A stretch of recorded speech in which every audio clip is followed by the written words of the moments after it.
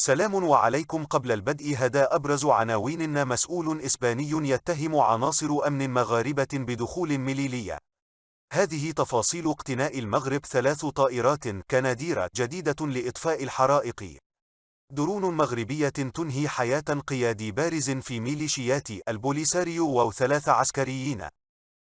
دير لايك للفيديو واشترك في القناة وفعل زر الجرس باش يوصلك انت الاول اخبار المغرب. مسؤول إسباني يتهم عناصر أمن مغاربة بدخول ميليلية. مسؤول إسباني يتهم عناصر أمن مغاربة بدخول ميليلية لترحيل مهاجرين سريين. قال أمين المظالم الإسباني أن بعض عناصر الأمن المغربي دخلوا التراب الإسباني، وقام أمنيون إسبان بتسليمهم مهاجرين اقتحموا سياج مليلي في 24 من يونيو الماضي. وحسب التقرير الذي أصدره أمين المظالم الإسباني ونقلته وكالة أوروبان بريس الإسبانية، فإن الاستنتاجات التي تم التوصل إليها جاءت بعد مشاهدة مقاطع فيديو وثقت للواقعة. أمين المظالم الإسباني أنخيل غابيلندو قال في تقريره أنه في 8:58 صباحا لوحظ أن هناك عددا كبيرا من الأشخاص على السياج، وخلاله بدأت الاعتقالات. وأضاف: بعد دقيقتين فقط، 9:09 صباحا، شوهدت عمليات التسليم العاجلة من خلال السياج. كلام غابيلندو حسب أوروبان بريس يناقض ما صرح به وزير الداخلية الإسباني مارلاسكا في الكونغرس حينما دافع عن الإجراءات المتناسبة لقوات الأمن والتزامهم الصارم بالقانون. هذه تفاصيل اقتناء المغرب 3 طائرات كناديرة جديدة لإطفاء الحرائق. قدمت إدارة الدفاع الوطني تفاصيل عمليات إخماد الحرائق خلال السنة الجارية، معلنة أنها ستعزز أسطولها الجوي ب3 طائرات كناديرة سيبدأ تسليمها انطلاقا من السنة المقبلة.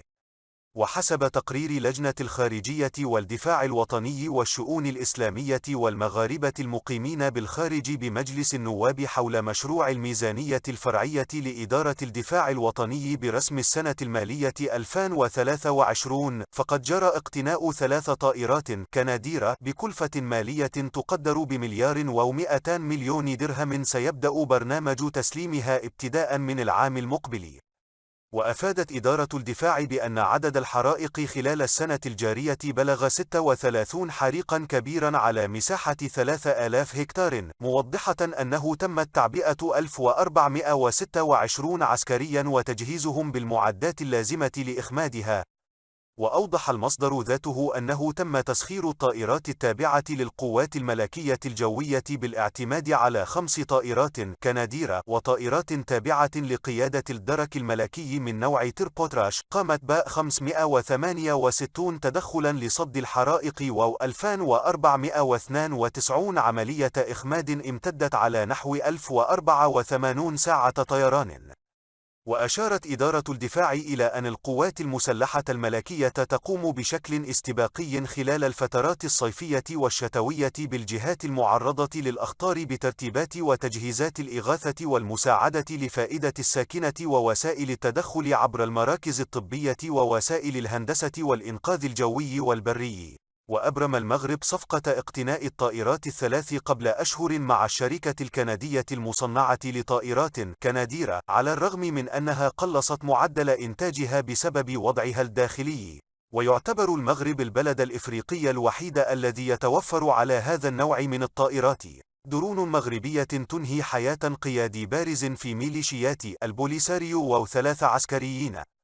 ذكرت مصادر متطابقة بأن 4 أشخاص تابعين لميليشيات البوليساريو بينهم قائد ما يسمى الناحية السابعة قتلوا بالقرب من الجدار الرملي العازل.